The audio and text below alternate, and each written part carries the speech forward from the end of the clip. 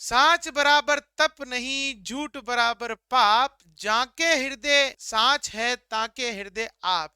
देखिए दोस्तों, सत्य से बड़ी कोई तपस्या नहीं होती है और झूठ से बड़ा कोई पाप नहीं होता है। मनुष्य के जिस मनुष्य के हृदय में सच विराजमान है, या मनुष्य में जिसके हृदय में सच्चाई है, उसके साथ ईश्वर होते हैं, और जिसके साथ ईश्वर होते हैं उसको कोई दुनिया में हरा नहीं सकता, झुका नहीं सकता, रोक नहीं सकता। तो निश्चित रूप से यदि आपके हृदय में सच्चाई है तो निश्चित रूप से आपको सफल होने से कोई भी नहीं रोक सकता। चलिए आज के टॉपिक को स्टार्ट करते हैं, देखते हैं आज हम आपके लिए क्या लेके आए हैं। जैसा कि थंबनेल में लिखा है, हम आपके लिए लेके आए हैं कृषि जलवायु प्रदेश।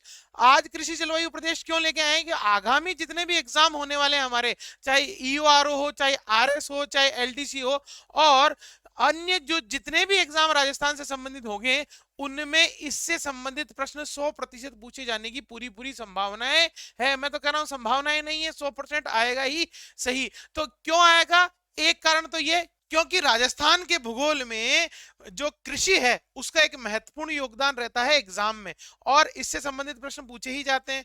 इसके अतिरिक्त हम बात करें, क्योंकि हमने आपको लिखा भी है कि आर्थिक समीक्षा पर आधारित करती हो गया कि हमारे इस वर्ष की जो 22-23 की आर्थिक समीक्षा घोषित हुई है, उस आर्थिक समीक्षा में कृषि जलवायु प्रदेशों से संबंधित पूरा का पूरा जो है विवरण उपलब्ध करवाया गया है। तो निश्चित रूप से, क्योंकि आर्थिक समीक्षा एग्जाम के लिए बहुत महत्वपूर्ण होती है और हमारी जो सीरीज है वो इसी से संबंधित है, हम लगातार आर्थिक समीक्षा के टॉपिक्स को आपके सामने लेकर प्रस्तुत हो रहे हैं।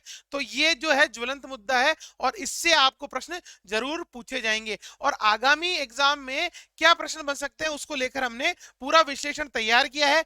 अगर आपने अभी तक हमारे चैनल को सब्सक्राइब नहीं किया है तो नीचे जो लाल बटन है उसको तुरंत दबाकर सब्सक्राइब करें, और अपने किसी ना किसी एक दो दोस्तों को जरूर भेजें ताकि वो भी इससे संबंधित जो टॉपिक से संबंधित सूचना है वो एकत्रित कर सके, पढ़ सके और अपने एग्जाम में अच्छे मार्क्स लाकर जो है वो सिलेक्शन पक्का कर सके। देखिए, हम लोगों ने इसको राजस्थान के मानचित्र समझाने का प्रयास किया है। अगर बात करें हम कृषि जलवायु प्रदेशों की, तो जो आईसीएआर है हमारा कृषि अनुसंधान परिषद जो है, उसके द्वारा जो है राजस्थान को 10 कुल अलग अलग जलवायु प्रदेशों में बांटा गया है, कृषि जलवायु प्रदेशों में बांटा गया है। चलिए देखते हैं कौन कौन से हैं और किस जलवायु प्रदेश की कौन सी विशेषता है, उसको लेकर हम आपके सामने उपस्थित है। देखते हैं, सबसे पहले पहला हमारा कृषि जलवायु प्रदेश है वो है फर्स्ट ए। फर्स्ट ए का अर्थ ये हो गया कि इसमें रोमन संख्याओं के माध्यम से इसको बांटा गया है। इसके अतिरिक्त जो अंग्रेजी की एबीसीडी है उसके माध्यम से भी इसको बांटा गया है। देखते हैं पहला कौन सा है। तो पहला हमारा शुष्क पश्चिमी मैदानी भाग। शुष्क पश्चिमी मैदानी भाग, तो ये जो शुष्क पश्चिमी मैदानी भाग है, अगर राजस्थान के मानचित्र में देखें तो ये हमारा जो पश्चिमी रेगिस्तानी भाग है उसके दो जिले कौन कौन से, एक तो बाड़मेर और एक जोधपुर। तो निश्चित रूप से दो जिले कौन कौन से हैं, बाड़मेर और जोधपुर। सीधा सीधा प्रश्न बनता है फर्स्ट ए में कौन कौन से जिले आते हैं, तो फर्स्ट ए में जो है वो बाड़मेर और जोधपुर दो जिले आते हैं। दूसरी बात करें तो यहाँ की जो वर्षा है उसकी स्थिति क्या है, उसकी स्थिति है 200 मिलीमीटर से लेकर 370 मिलीमीटर के आसपास, मतलब इसके मध्य में यहाँ की औसत वार्षिक वर्षा रहती है। बात करें फसलों की तो दो प्रकार की फसलें होती है, खरीफ और रबी। तो खरीफ की फसल की बात करें तो उसमें बाजरा, मोठ और तिल। कई बार प्रश्न पूछा जाता है कि इस जलवायु प्रदेश में, इस पर्टिकुलर जलवायु प्रदेश में किस प्रकार की जो है फसलें पाई जाती है, तो इसमें है बाजरा, मोठ और तिल। बात करें रबी की, तो रबी में जो प्रमुख फसलें हैं वो है गेहूं, सरसों और जीरा। जीरा इसकी प्रमुख फसल के अंतर्गत आता है, याद रखिएगा, गेहूं, सरसों और जीरा। देखिए सरसों सरसों जो है वो दो ऐसे क्षेत्र हैं जिनमें नहीं पाई जाती। आगे हम देखेंगे कौन कौन से हैं। बाकी लगभग सभी 8 जो क्षेत्र हैं उनमें सरसों मिलेगी आपको रबी की फसल में। बात करें वर्तमान में यहाँ कौन कौन सी फसलें उगाई जा रही है, तो यहाँ खजूर, आंवला, बेर और मिर्च की जो है पैदावार की जा रही है। आगे बढ़े और देखें ग्राह्य परीक्षण के अंदर मृदा की बात करें। उससे पहले बात करें मृदा की, तो मृदा यहाँ रेतीली, बलुई और जो मरुस्थलीय मृदा है, बालू मिट्टी जो है वो प्रमुख है पाई जाती है। अब बात करें ग्राह्य केंद्र की, ग्राह्य परीक्षण केंद्र। अच्छा, ग्राह्य परीक्षण केंद्र होता क्या है? देखिए, इससे पूर्व एक एग्जाम में ग्राह्य परीक्षण केंद्र से संबंधित प्रश्न पूछा गया था। अब ग्राह्य परीक्षण केंद्र होता क्या? देखिए, किसी भी जलवायु क्षेत्र में, जैसे ये जलवायु प्रदेश हमने घोषित किया, तो इससे इसके जो जितने भी जलवायु घटक है, चाहे वहां की आप वर्षा ले लीजिए, चाहे वहां की मिट्टी ले लीजिए, चाहे वहां का तापमान ले लीजिए, इन सभी के जो आंकड़े एकत्रित करता है, उनको जो परीक्षण करता है, उनका एनालिसिस करता है, और उसके बाद किस जलवायु प्रदेश में कैसे परिवर्तन जो है चिन्हित की गए हैं, ये सारी जानकारी जुटाने का काम करता है ग्राह्य परीक्षण केंद्र। तो इस वाला जो हमारा फर्स्ट ए है, उसका जो ग्राह्य परीक्षण केंद्र है वो है रामपुरा जोधपुर। जोधपुर के अंदर रामपुरा कस्बा है, वो इसका जो ग्राह्य परीक्षण केंद्र है। बात करें विशेषताओं की, तो विशेषताएं इसकी जो है, उसकी पहली विशेषता की बात करें तो ये सर्वाधिक कृषिगत क्षेत्र है। मतलब ये सबसे बड़ा ऐसा क्षेत्र है जहां सबसे अधिक भूमि पर कृषि की जाती है। नेक्स्ट बात करें कि बालू का स्तूप की प्रधानता, तो यहां पर जो है प्रमुखतः बालू के टीले मिलते हैं अलग अलग प्रकार के, तो बालू का स्तूप जो है उसकी प्रधानता इस क्षेत्र में पाई जाती है। इसके अतिरिक्त बात करें हम लोग कि जोधपुर में ही हमारे काजरी और जोधपुर में ही आफरी की जो है स्थापना की गई है। हम कहें जो कृषि से संबंधित अनुसंधान केंद्र है, शुष्क क्षेत्र से अनुसंधान केंद्र है, उनकी स्थापना की गई है। काजरी की बात करें तो केंद्रीय शुष्क क्षेत्र अनुसंधान केंद्र जो है, जिसकी स्थापना जोधपुर में 1959 में की गई थी। इसके अतिरिक्त बात करें आफरी की, जो केंद्रीय शुष्क वन अनुसंधान केंद्र है, जिसकी स्थापना 1985 में जोधपुर में की गई। तो ये दोनों ही जो संस्थान है हमारे जो शुष्क क्षेत्र से संबंधित अनुसंधान का कार्य करते हैं, वो दोनों ही हमारे जोधपुर में। चलिए अगला जलवायु प्रदेश है फर्स्ट बी, उसकी चर्चा करते हैं, देखते हैं वो कौन कौन से जिला आते हैं। तो इसकी अगर चर्चा करें तो ये हमारा उत्तरी पश्चिमी भाग से संबंधित है।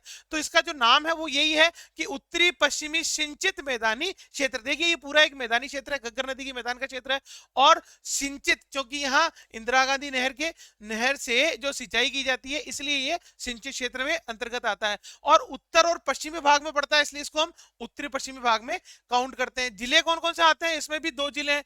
दो जिले कौन कौन से हैं? पहला है श्रीगंगानगर, दूसरा है हनुमानगढ़। वर्षा की बात करें तो वर्षा यहाँ 100 से लेकर 350 मिलीमीटर, याद रखिएगा सेंटीमीटर नहीं है, मिलीमीटर, मतलब जो है 10 सेंटीमीटर से लेकर 35 सेंटीमीटर के बीच में यहाँ की वर्षा रहती है। खरीफ की फसल की बात करें तो खरीफ की फसल में यहाँ कपास, ग्वार और गन्ना। देखिए, हमने अभी 2-3 दिन पहले हमारा एक वीडियो जारी किया, जिसमें एक जिला और एक उत्पाद से संबंधित जो आर्थिक समीक्षा के अंदर टॉपिक दिया गया है, उस पर पूरी की पूरी विश्लेषण लेके आए, आपको आई बटन में वो मिल जाएगा। तो कुल मिलाकर जो ये ग्वार है, दोनों ही देखिए, गंगानगर और हनुमानगढ़ में एक जगह ग्वार पाउडर, एक जगह ग्वार गम, दोनों को है जो इनका जिला उत्पाद घोषित किया गया है। तो इससे याद रखिएगा, कपास, ग्वार और गन्ना जो है वो गंगानगर और हनुमानगढ़ के अंतर्गत आता है। बात करें रबी की फसल की, तो इसमें गेहूं, चना और सरसों। देखिए, गेहूं और सरसों फिर आ गया है, लगभग सभी में, केवल 2 में नहीं है, अभी आपको बताएंगे किस किस में नहीं है। तो गेहूं, चना और सरसों। बात करें मृदा की, तो मृदा जो है उसमें जलोढ़, बांगर मृदा। देखिए, बांगर मृदा क्या होती है? अगर बात करें जलोढ़ मृदा की, जलोढ़ मृदा क्या होती है समझ लेते हैं छोटा सा। देखिए, जो नदी से निर्मित मृदा होती है या नदी द्वारा बहाकर लाई गई मृदा को हम जलोढ़ मृदा के नाम से जानते हैं। जलोढ़ मतलब जल द्वारा बहाकर लाई गई। अब ये मुख्यतः जो है बांगर और खादर प्रकार की होती है। खादर क्या होती है? खादर मतलब जो नवीन जलोढ़ मृदा, नवीन जलोढ़ मृदा का अर्थ ये हो गया कि जो रिसेंटली नदी द्वारा बहाकर लाई गई, उसको नवीन जलोढ़ मृदा कहते हैं। बांगर क्या होती है? जो पूर्व में कभी नदी द्वारा बहाकर लाई गई थी और वर्तमान में नदी का जो पानी है वहां तक नहीं पहुंचता, या नदी वहां से लुप्त हो गई। तो ये जो बांगर जलोढ़ मृदा है, ये वही है। बात करें हम लोग यहाँ पर इस बांगर जलोढ़ मृदा में अत्यधिक सिंचाई के कारण, क्योंकि देखिए ये पूरा नहरी क्षेत्र है, तो अत्यधिक सिंचाई के कारण सेम की समस्या, जिसको हम वाटर लॉगिंग के नाम से भी जानते हैं। सेम की समस्या क्या होती है? जब किसी उपजाऊ भूमि में अत्यधिक मात्रा में पानी का प्रयोग कर लिया जाए बार बार, और रासायनिक उर्वरकों का प्रयोग करने के कारण जो जमीन के नीचे के लवणीय पदार्थ है, वो जमीन के ऊपर पानी के साथ घुलकर ऊपर आ जाते हैं, ऊपर उस जमीन में फैल जाते हैं, तो उसको हम सेम की समस्या के नाम से जानते हैं।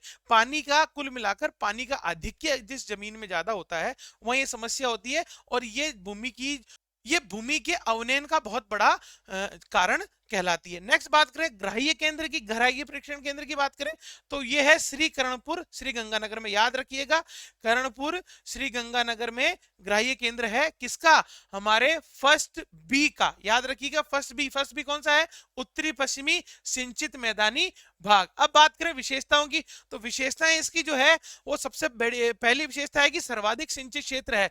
मतलब ये क्षेत्र कैसा है, सर्वाधिक सिंचाई वाला क्षेत्र है, सर्वाधिक सिंचाई वाला क्षेत्र है।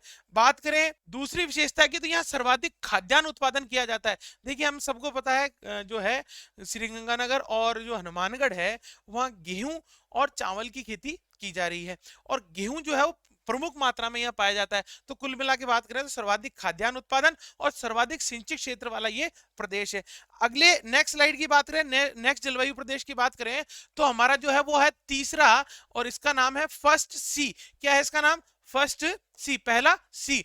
तो इसका जो नाम है वो है अति शुष्क आंशिक सिंचित मैदानी प्रदेश। अब जिलों की अगर चर्चा करें तो देखिए ये पश्चिमी राजस्थान का ही भाग है, परंतु इसमें जो उत्तरी पश्चिमी राजस्थान है वो प्रमुखता आता है। कौन कौन से जिले आते हैं, पहला आता है हमारा जैसलमेर, दूसरा आता है हमारा बीकानेर और तीसरा आता है हमारा चूरू। तीन प्रकार के क्षेत्र आते हैं, बीकानेर, जैसलमेर और चूरू। वर्षा की बात कर लें हम लोग तो वर्षा 100 से लेकर 350 मिलीमीटर तक पाई जाती है। उसके बाद बात करें मृदा की, तो यहां पर भी कैसी मृदा, मरुस्थलीय मृदा, रेतीली मृदा पाई जाती है। नेक्स्ट बात करें खरीफ की फसल की, तो इसमें बाजरा, गवार, मोट और दालें, दलहन जो है उसकी प्रधानता पाई जाती है। नेक्स्ट बात करें रबी की फसल की, तो इसमें गेहूं, जौ, सरसों और चना जो है रबी की फसल के रूप में काम में आता है।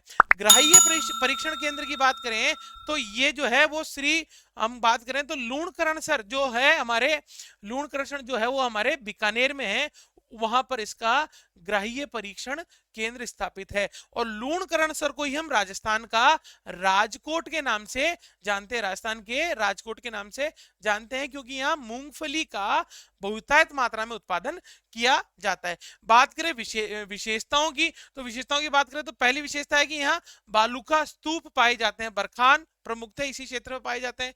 इसके अतिरिक्त सर्वाधिक वायु अपर्दन वाला क्षेत्र यही है जहां वायु के द्वारा अपर्दन किया जाता है। नेक्स्ट बात करें क्षेत्रफल की दृष्टि से तो ये सबसे बड़ा जलवायु प्रदेश है।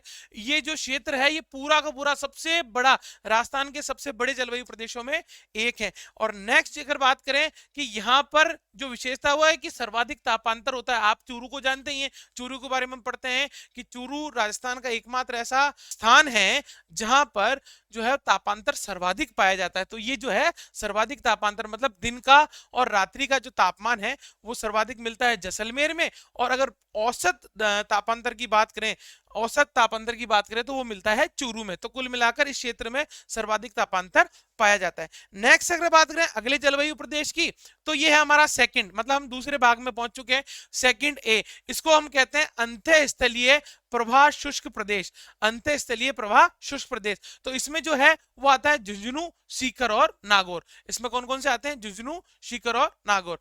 तो इसमें एक चीज और है कि इस साल की जो आर्थिक समीक्षा है उसमें स्पष्ट लिखा है कि चूरू का कुछ भाग आंशिक रूप से, आंशिक रूप का अर्थ हो गया कि बहुत छोटा सा भाग जो है चूरू का इस प्रदेश के अंतर्गत आता है। तो ये हमने यहाँ लिख दिया है, तो आप नोट कर लीजिए चूरू का जो है बहुत छोटा सा भाग जो है इस प्रदेश में आता है। तो चूरू का बहुत छोटा सा भाग इसमें आता है। नेक्स्ट बात करें वर्षा की, तो 300 से लेकर 500 मिलीमीटर तक वर्षा है, मतलब 30 से लेकर 50 सेंटीमीटर के मध्य वर्षा है। खरीफ की फसल की बात करें तो बाजरा, तिल और गंवार, बाजरा, तिल और गंवार इसमें मिलता है। नेक्स्ट बात करें रबी की, तो इसमें सरसों और चना पाया जाता है। बात करें मृदा की, तो रेतीली, चूनायुक्त और उथली लाल मृदा इसमें पाई जाती है। रेतीली मृदा है ही, नागौर के अंदर रेतीली मृदा है और सीकर के अंदर रेतीली मृदा है। तो यहाँ चूना युक्त, क्योंकि नागौर के अंदर जो है चूने की चट्टानें, हम कहें लाइमस्टोन की चट्टानें मिलती है, इसलिए चूना युक्त मृदा इसमें पाई जाती है। अब बात करें ग्राह्य परीक्षण केंद्र की, तो ये आबूसर, आबूसर जो झुंझुनू है उसमें स्थापित है इसका ग्राह्य परीक्षण केंद्र। अब बात करें विशेषताओं की, तो हम सभी को पता है कि जोहड़, मतलब झुंझुनू क्षेत्र में जो कुएं होते हैं उनको जोहड़ के नाम से जाना जाता है। नेक्स्ट बात करें मृदा की, तो यहाँ पर सिरोज्म मृदा, चूनायुक्त जो मृदा है वो यहाँ पाई जाती है। और तीसरी जो इसकी विशेषता है कि यहाँ सर्वाधिक दलहन मिलती है इस जलवायु प्रदेश में।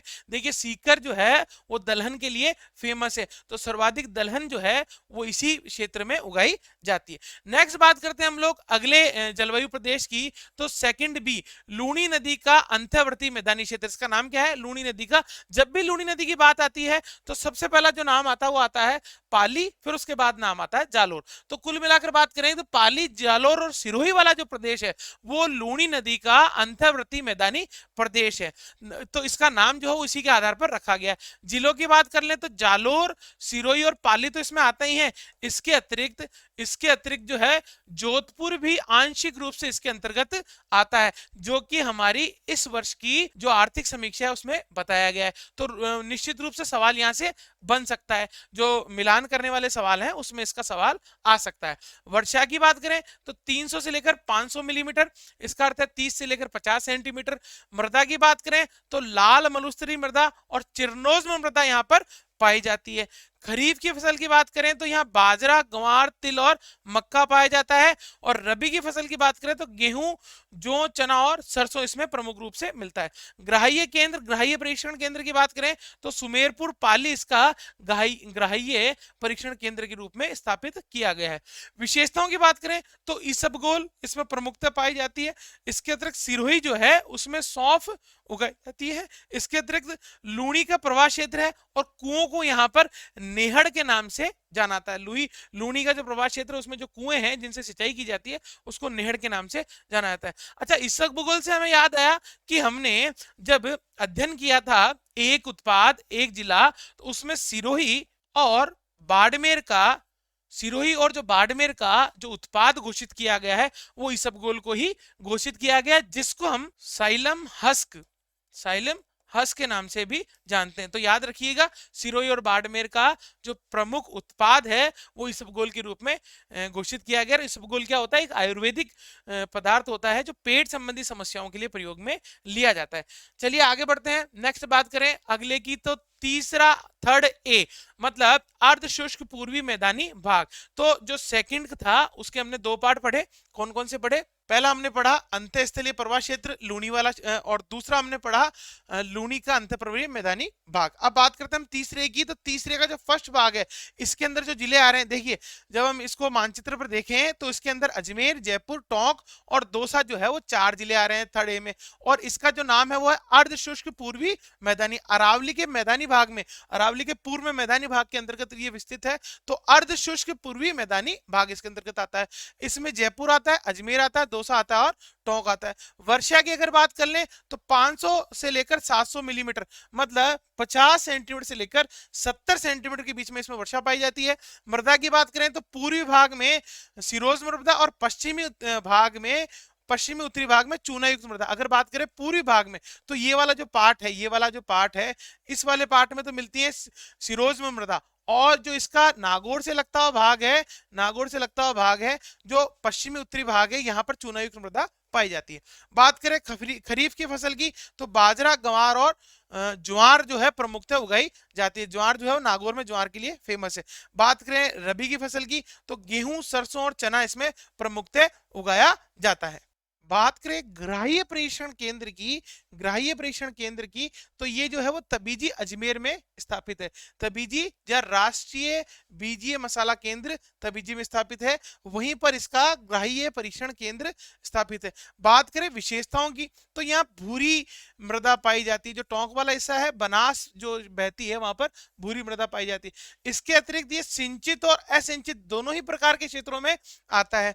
इसके अतिरिक्त मटर और टमाटर प्रमुखतः उगाए जाते हैं, जैसे कि जयपुर के चोमू में प्रमुखतः बहुतायत मात्रा में ये दोनों फसलें मटर और टमाटर की उपजाऊ की जाती है। अगले प्रश्न की बात करें तो अगला है हमारा, अगली स्लाइड की बात करें तो अगली स्लाइड है हमारी थर्ड बी, मतलब तीसरे का बी। इसके अगर जिलों की बात करें तो इसमें अलवर, भरतपुर, धौलपुर, करौली, सवाईमाधोपुर जो जिले हैं वो 5 जिले इसके अंतर्गत आते हैं। अच्छा, बात करते हैं ये कौन सा जिले हैं? ये है बाढ़ प्रभावित पूर्वी मैदानी क्षेत्र, पूर्वी मैदानी का भाग है और बाढ़ से प्रभावित रहता है। अगले कृषि जलवायु प्रदेश की बात करें तो ये है थर्ड बी। थर्ड बी के नाम से जाना जाता है। और इसका जो नाम है वो है बाढ़ प्रभावित पूर्वी मैदानी क्षेत्र।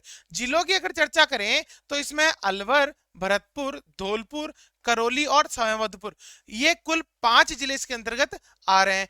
आगे बात करें तो ये देखिए, ये पूर्वी मैदानी भाग का, जब हम राजस्थान के जो हम भौतिक प्रदेश पढ़ते हैं तो उसमें जो हमारा पूर्वी मैदानी भाग है उसका उत्तरी भाग ही इसके अंतर्गत आता है।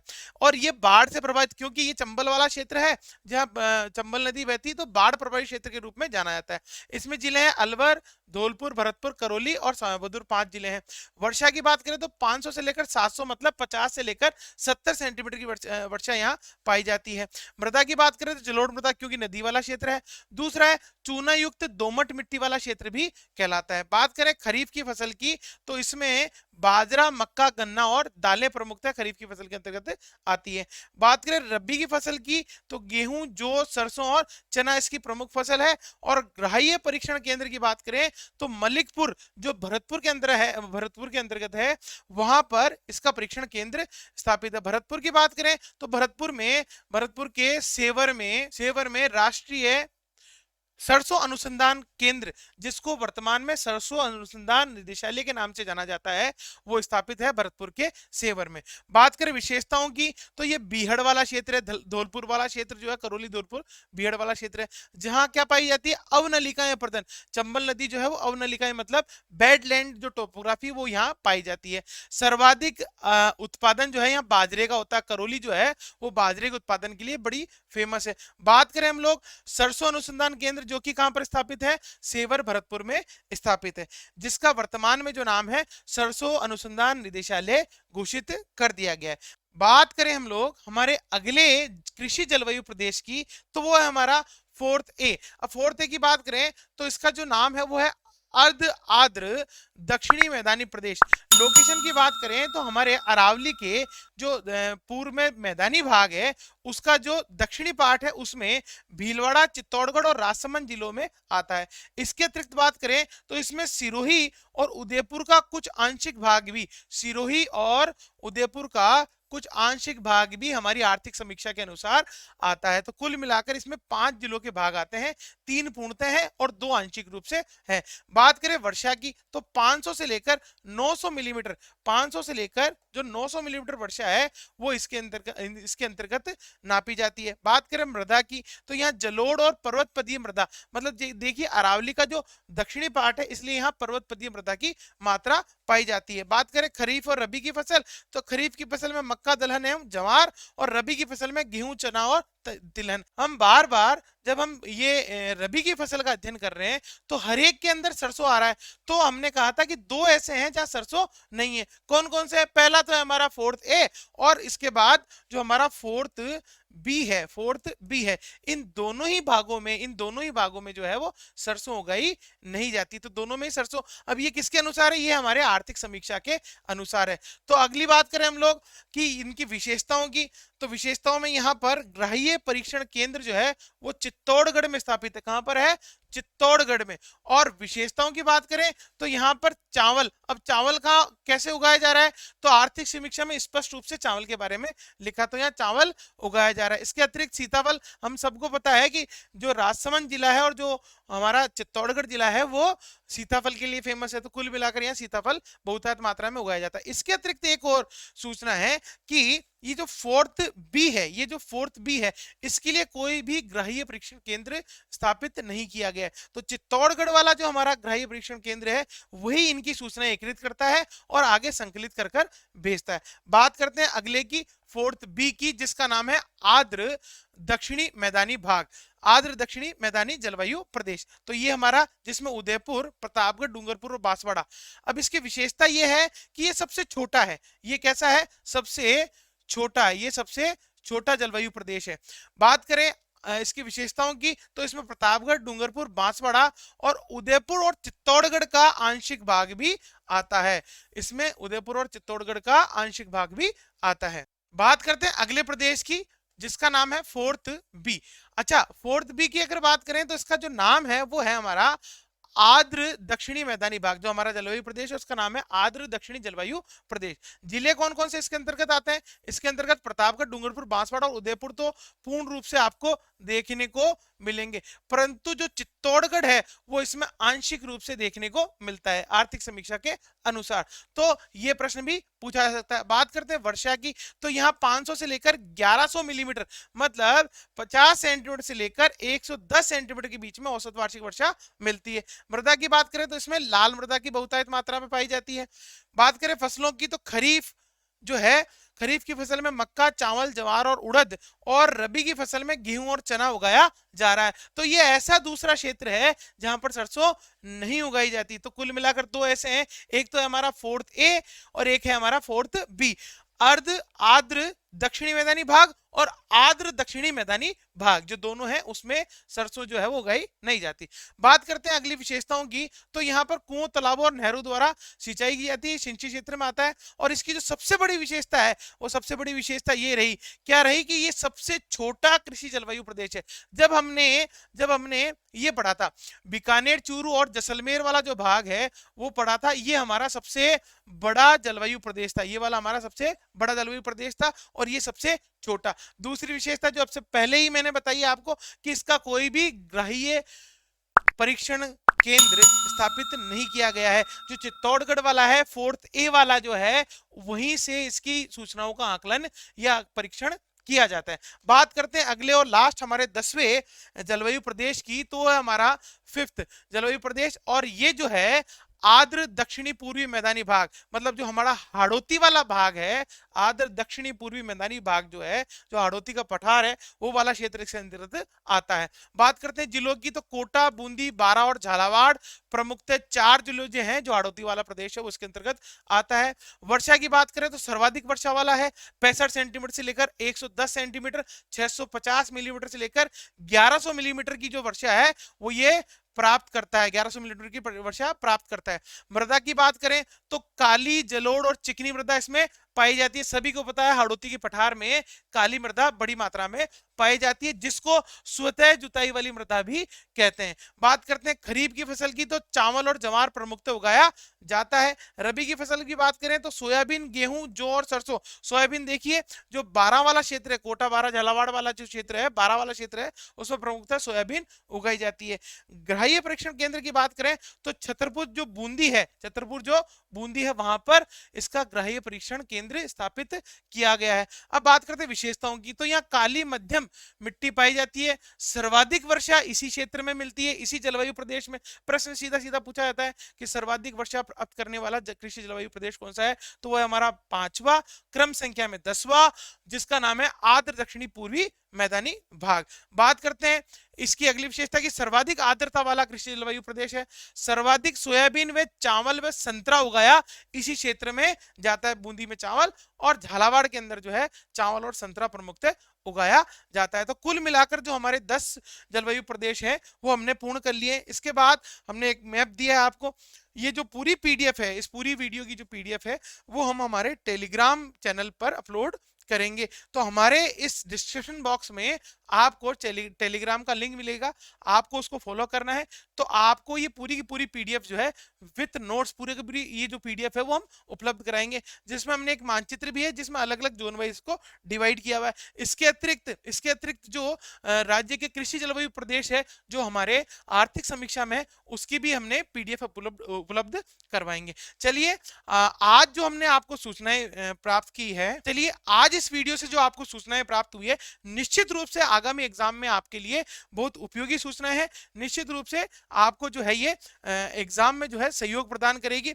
यदि आपके किसी मित्र या साथी के द्वारा आप ही की तरह किसी कंपटीशन की तैयारी की जा रही है, तो ये वीडियो उनके साथ जरूर शेयर कीजिए, अपने साथियों को भी सब्सक्राइब करवाइए और ऐसे ही आगे बढ़ते रहिए। चलिए आज के लिए इतना ही। जय हिंद साथियों।